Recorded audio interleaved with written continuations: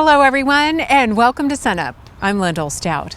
Oklahoma's wheat crop is ahead of schedule this year and not without its share of challenges. For an update, we turn to our Extension small grain specialist, Jeff Edwards. By and large, the Oklahoma wheat crop is in pretty good shape. The recent rain really breathed some more life into our crop, and in many circumstances we almost have enough moisture in the soil now to go ahead and finish out the crop.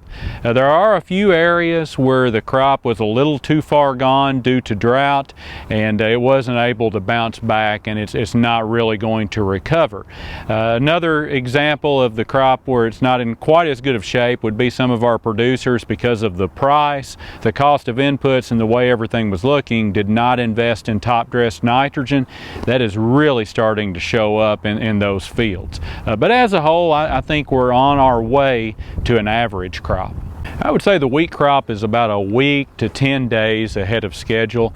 If current conditions hold, I think we'll probably be harvesting some wheat before the end of May in southwest Oklahoma. We're a little farther ahead.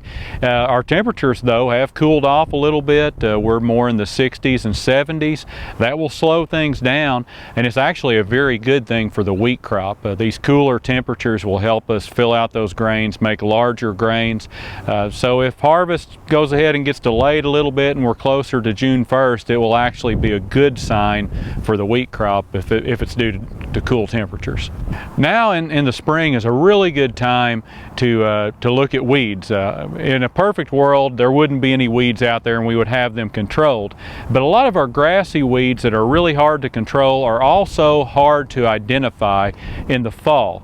Now with the seed head on those grassy weeds, they're fairly easy to identify. So it's a good idea to go out and look at fields, make note of what grassy weeds are out there and where they are, so you can choose a product in the coming fall that will allow you to control those weeds. Some of our foliar diseases such as stripe rust, the cooler, wet conditions really favor stripe rust, and it's one of the most aggressive diseases that we deal with. Our farmers in southwest Oklahoma really were kind of past the window. We still have a bit of a window in northern Oklahoma. Depending on the product that you're using, you need to look closely at those label restrictions. Some of them have a growth stage restriction where you can't spray after flowering.